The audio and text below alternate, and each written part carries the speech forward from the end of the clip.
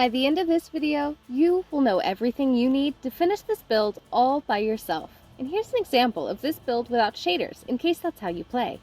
Take a moment now to get any supplies from this list that you may need, and we will begin.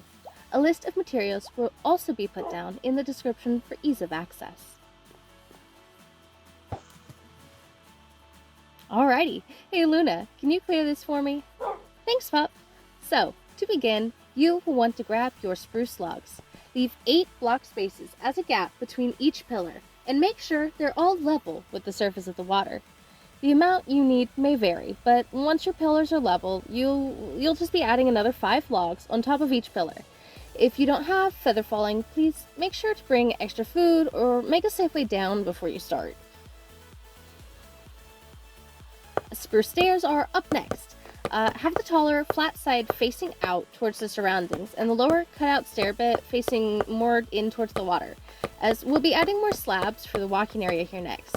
You should have 8 steps left over for later use when you're done. Now, we need to grab our spruce slabs. You'll want to make the walkway 1 slab wide, as when it's combined with the steps, you'll get that extra half block of space, which makes it feel wider, while allowing us to have as much open water as possible. And please, feel free to pause. I know I've kind of more than doubled the speed of some of these clips. In order to avoid more ice spreading, I'll be adding 8 of my 12 lanterns to the underside of these corners. I do suggest that you break the ice from above if you don't have a good pickaxe, unless you have respiration on a helmet and feel like it.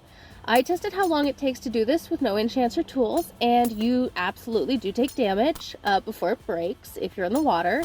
A bad sign for early game players. Once the ice is broken, you can place the 2 lanterns next to each log pillar. You just look at the log and click. No need to jump in the water. For the next part, we'll need to use our jungle slabs. You want to count 3 blocks from the pillar and place the slabs up next to the ice layer, going 3 blocks out. Now, let's use the rest of these slabs. You want to look at the lower half of the top block on each post and place 3 slabs in like a triangle towards the center. And after that, we're going to be placing our lanterns below the center slab. Next up is the fences. Make sure to leave 2 block gaps where the walkways are. I don't use gates, but you can always add some here. Then after this last step, we'll begin the roof. Grab the last of those spruce steps, and you're going to want to add them under the 2 sets of slabs closest to the main structure, with the flat side facing out so that you can add your ladders on them. Make sure you do this on both sides of the walkway as well as on the other walkway. Once you run the ladders, you're done. Now it's time to start on the roof. Use your temporary blocks, and you're going to want to build up by 5, then hop on top of that pillar before grabbing your cobblestone slabs. We're going to be doing like a big square around the outside of the top half of the logs. And for players who have trouble with falling off like I do, scaffolding might be more helpful so that you don't have to break and replace blocks with each climb. And it doesn't risk freezing like water. And if you have leather boots, powdered snow is also great.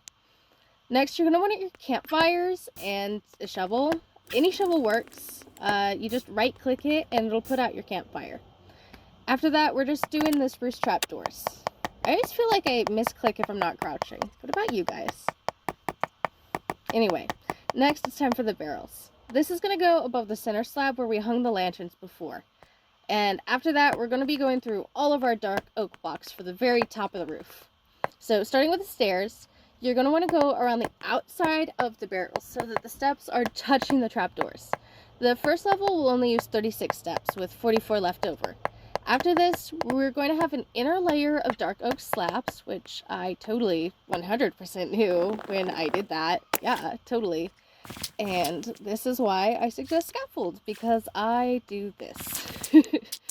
Anyway, you're going to want to use 24 slabs for the inside, going between the barrels, not around. After this, you're going to want to use up all of your dark oak planks. I cover the barrels first to avoid falling off again, but that's really up to you. After this, we're going to use 28 more of our steps, and we're going to make another square with the flat of the wall facing like inwards towards the ice again. After that, it's just your light blocks going in the corners to stop the snow, and your last 16 stairs going between the sea lanterns. After that, you just place all of your glass in between, and this layer is done. Last thing is to place the slabs around the glass above the sea lanterns, and your build is done. You can add any pets or decor to design and make it your own, and really that's it. So go ahead and enjoy the rest of your day or night.